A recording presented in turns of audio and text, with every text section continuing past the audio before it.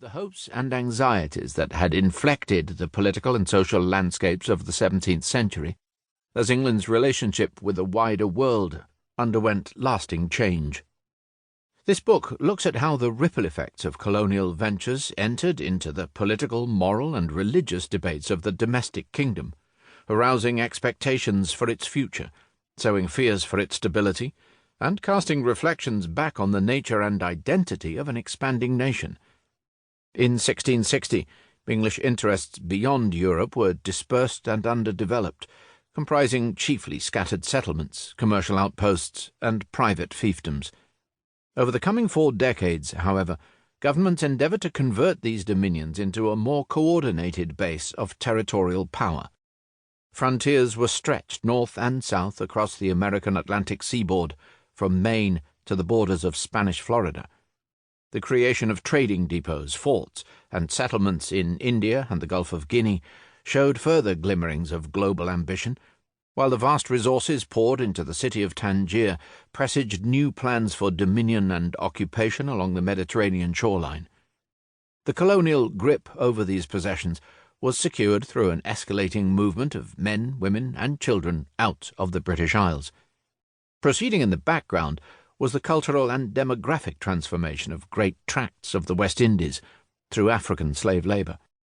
Stuart monarchs ruled a political community that was expanding geographically and in numbers of subjects, with far-reaching implications for the religion, culture, society, and economy of the domestic realm. Over 3 centuries later, the significance of this new nature come among us is still being disinterred. Moral questions concerning the origins of empire crashed back into public life in the summer of 2020, amid vehement debate over the statues, memorials, museums, and other material remains linked to 17th century magnates who had built imperial power on a foundation of territorial conquest and slave labour. The vociferous nature of these exchanges would not have been surprising to those engaged in the public sphere of later Stuart England. Through the later 17th century, questions over the strategy and morality of overseas expansion filled books, pamphlets, theatrical productions, and parliamentary debates. But whereas the development of the English, later British Empire is still retailed in many public forums as a near-invincible rise to global domination, 17th century commentators saw fewer grounds for self-confidence.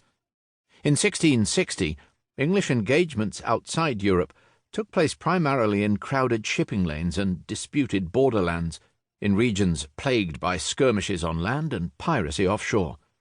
Colonization was punctuated by setbacks, reverses, and roads not taken. Regular defeats to native powers and European rivals exposed the gulf between the ambitions and the real capability of the Crown.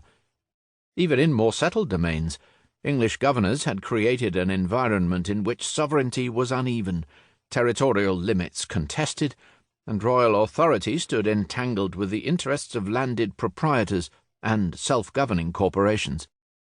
Domestic commentators described not a coherent expansionist operation, but a more fluid and troubling arena of global encounter, one that all too commonly exposed the limits of English power in the world. This book suggests that if England's distant outposts stood on shaky foundations, their development had an equally unsettling effect on the mother kingdom. The meaning of empire in 17th century England.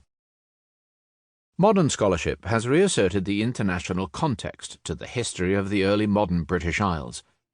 Influential essays and monographs have offered a picture of 17th century English men and women mediating between their affinities toward compatriots, fellow Protestants, and Europeans. Some of this focus has extended to the realm of plantation and colonization. We now possess a rich intellectual history of the early British Empire, and an increasingly comprehensive anatomy of the patterns of trade and migration that made up the Atlantic world.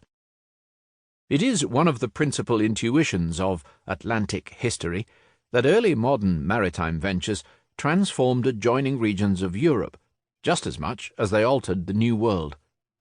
The challenge invited by this insight, however, has been taken up less assiduously by historians of the British Isles than by their counterparts focusing on North America.